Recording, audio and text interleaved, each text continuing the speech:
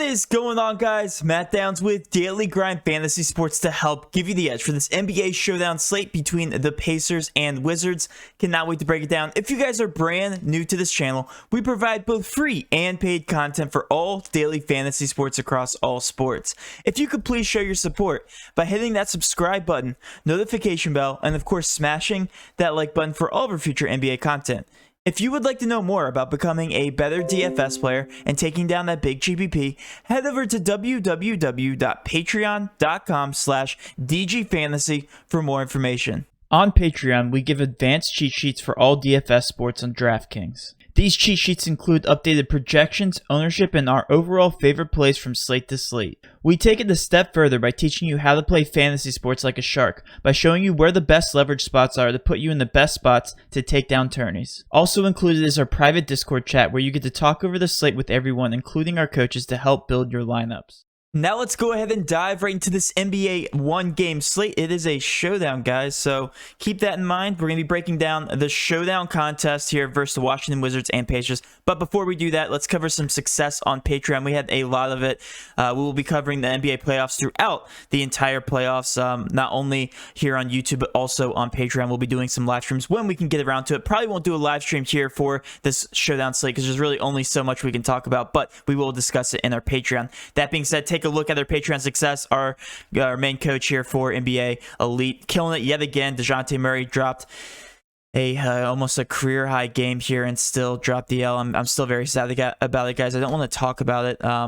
I actually just won't talk about it anymore. But Valanciunas, bright spot there, 57% on. You did not cash if you did not have Valanciunas in there, and he made a great pivot off of Steph to LeBron. We also had some more success from the same exact person there on FanDuel. Again, these are all Patreon stories, and then a first place finish here, 340.25 points last night. Great job for all of our members. Had another takedown here, $100. I believe this was a $1 contest turned into $100. Congrats to him. Another first place takedown, $1 turned into $100 here in MLB. 199 points, that is crazy. Turned $6 into 103 there. My own success story, took down got close to taking down some small GBPs. Did not cash here in this one, but I had my other stacks hit here, which leveraged the field. And now let's go ahead and dive right into this NBA Showdown slate. But first, I want to give you guys a quick fun fact. Showdowns were like my bread and butter there for a little bit. I used to just play Showdowns over NBA slates just because the way that lineups constructed, I felt like there's such an edge. And I'm going to go over a little bit of strategy here before we jump into it. But first, let's take a look at the injury report here for the Pacers and Washington. Indiana, they are tagging Brogdon and Sumner as questionable. Sumner did play. He's been playing with a bruise. I think it's a knee or something. Regardless of the situation, he only played 8 minutes last game. So even if he does play, we're going to expect he doesn't play over 10 minutes. That's just the way it is. Brogdon, on the other hand, they're tagging him as questionable. No shot he doesn't play tonight. I think they're going to need him versus Washington Wizards. They're obviously trying to make the playoffs at this point, and I think they're going to need all of Brogdon and a lot more. Lamb, LeVert, and Miles Turner officially out, but the Washington Wizards picture completely clean. They have all their regular starters ready to go. I just noticed these guys have the exact same record. That's pretty cool. But a very high-paced contest, to say the least. 238 Vegas total. That is honestly pretty insane. Without Miles Turner, Indiana just plays at a crazy high pace. And then, again, the Washington Wizards always play at a high pace. So that being said, we're going to focus on this exact showdown. Before we do that, I want to talk about the strategy perspective because there's so much that you guys have to grasp. If this is your first time playing showdowns or if you just didn't know this, we're going to talk about lineup construction. It is the most important thing, especially in showdowns. And for a slate where we have 3 total studs, it is very, very important to talk about this. One thing that people always do incorrectly for showdowns, at least in GPPs, okay, the optimal GPP will never have, almost never have, their mid-price guys at a captain spot. Mid-price to a cheap guy, to pound in as much stud play as possible into their main lineup. So what I mean is, like, taking, for instance, if we think forward to the Indiana Pacers Washington matchup, if you try to put like Hachimura at the captain spot, sure, he could do great. But the reason you're doing that is to get in as much studs as possible. Doesn't create as much upside. More often than not, I'm talking like 99.9% of the time, one of those studs will score so many points where it just makes no sense for them to not be in the captain spot. You're missing out on so many additional points. And can you imagine like Russell Westbrook scoring 80 points and you not having him in that captain spot? That's like an additional 40 points for you. People miss out on so many points because they're just so stubborn and they're trying to get in all these superstars. The fact of the matter is, especially in high-paced games like this, one stud is going to underperform, and he's going to screw up your lineup if you're trying to shove him into your lineup to try to get that really cheap guy into your captain spot. So it's all about piecing those puzzle pieces together. That being said, we're going to focus on a couple of examples here. So I'm taking a look at the past 4 contests, and this is crunching by the actual scores. So this is the actual optimal for every single Showdown slate going through the past 4 contests. Last night, we had the Lakers face off against the Golden State Warriors, and sure enough, LeBron James was the stud that outperformed. He was the optimal captain, pairing with Looney, Caldwell Pope, Caruso, Steph Curry, and Anthony Davis. Some of these guys made absolutely no sense in the main slate, but in Showdowns with their salaries being so cheap here, it made a lot of sense. Kevon Looney dropped 27. That's fantastic for a $4,000 price tag. In Showdowns, they price up these guys just a little bit more, and we'll talk about that here in just a second.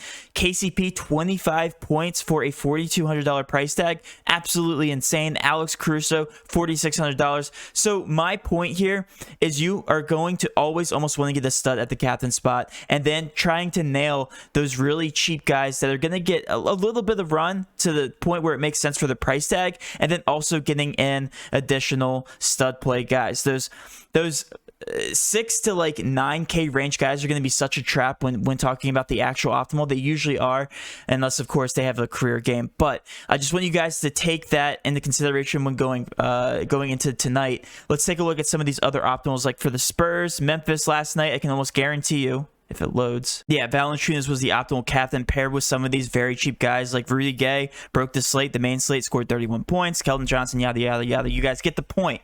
We'll go back one more slate here. Let's go to 2 nights ago. Let's actually go to a Washington. Let's go to Indiana, Charlotte here real quick. Indiana, Charlotte. Crunch by actual score. Sabonis was the captain, your stud on the night, and then pairing some of these cheap guys. Goga, 37 points to break the slate wide open at $2,600. Brissett, McConnell, and then pairing the rest. So this one, you actually had to find the very cheap guy to break the slate, and that's going to be very similar to what we're looking at for this slate in particular. So let's take this. Let's take everything that we just found out here on the other optimals. Russell Westbrook, Sabonis, and Bradley Beal will probably 99.9% sure be the optimal captain tonight. And then it's about pairing those really low-owned, those really cheap guys, and that's going to break the slate. Okay, so Russell Westbrook's going to be the most obvious play, 64.5% ownership just because his name is Russell Westbrook, and he's been absolutely crushing it, triple-double monster. Sabonis is the second man up. I consider him a fantastic pivot if you want to start him at the captain spot, but one of those two will probably be the optimal. Bradley Beal could have a fantastic game, but I don't think he outscores Russell Westbrook or Sabonis. That being said, you should have all 3 of these guys in your lineup, and yes, you can do it. So going down the list, like Justin Holiday at 5K, not really that big of a fan of him. He's showing the next highest own just because his minutes are consistent right now, 31.25 minutes. But like Daniel Gafford here, okay, $4,400. The only reason I see this guy making sense is if he gets higher than 20 minutes. Right now he's only projected 18, and he gets that extended run. The Wizards are known to split their 3 centers minutes up, and that being said, like Robin Lopez at $2,200 is a fantastic option. 16 minutes. If he's actually playing as many minutes as Gafford, $2,200 could easily break the slate. He only needs to be out there for 15 plus minutes for that to happen. Okay, and these are the guys I'm talking about that could easily break the slate wide open. Doug McDermott, $6,200. Not a huge fan. That price tag is very expensive, but 32 projected minutes. Don't mind him. And cash. Bertans, another guy that's fairly cheap, is going to fly under the radar that has as much upside, in my opinion, as Doug McDermott at $4,600, 26.3%. And then Alex Len, $2,400. You're going to have to make a decision, or you could pair both Robin Lopez and Alex Len together as your 2 cheap options to make sure you're getting Russell Westbrook, Sabonis, and Bradley Beal all up there. So definitely don't mind that lineup construction. Hachimura, $6,800. One of those guys is going to be a little bit overpriced. Like I said, if you're going to be getting Westbrook, Sabonis, and Bradley Beal into your lineup, you're going to have to pay down somewhere, and it's probably not going to be with Hachimura. Brogdon completely off my board. Minutes are too scary. Doesn't make that much sense. He could play 30 plus minutes, but even if he does at 10K, that's very, very expensive. You're comparing that to Bradley Beal, who's projected 39-ish plus minutes. I like the upside there with Bradley Beal. But The rest of the guys are kind of off my board, just GPP options. We looked at the last optimals, and it's very, very hard for me to get to some of these guys that are in that mid-tier range. So your lineup construction should look something like this. I crunch this by using my projections. Again, these do change throughout the day, but Russell Westbrook, Sabonis, and Bradley Beal are all in my lineup, and I just crunched by my projections, okay? Russell Westbrook's going to be my captain, Hutchinson, Robin Lopez, Bertans. Okay, very similar to what we've been discussing. So it's about nailing those value plays. When we sort by value, Hutchinson at 1K. He's only projected 8 minutes. But again, to put this in perspective, for 1K to make sense, he has to hit 4 times value, okay? Which means he has to hit 4 total fantasy points. That's it. That's it. That's all he has to do. So does that make sense at that 1K price tag, especially if you're trying to get Russell Westbrook, Sabonis, and Bradley Beal into your lineup? Absolutely. He scored 4.5 and was fire last time on the Showdown lineup. Okay? To put that in perspective, it does make sense to get some of these really cheap guys into your lineups. Robin Lopez showing next on my value board. Bertans 5.9 point per dollar value. And then actually Bradley Beal showing pretty good there at 10.2. Brissett is another guy that could break the slate open. He's actually not showing bad in terms of value. 7.4K. And he's been playing a tremendous amount of minutes.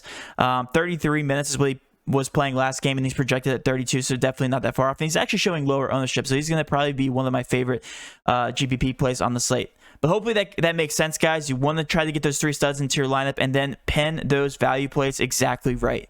And hopefully that takes down a lineup or takes down the slate for you guys. Let's go ahead and focus on Prize Picks. Let's switch over to the Prize Picks board. If you guys haven't signed up for Prize Picks, first of all, use promo code DGF when signing up for a 100% match up to $100.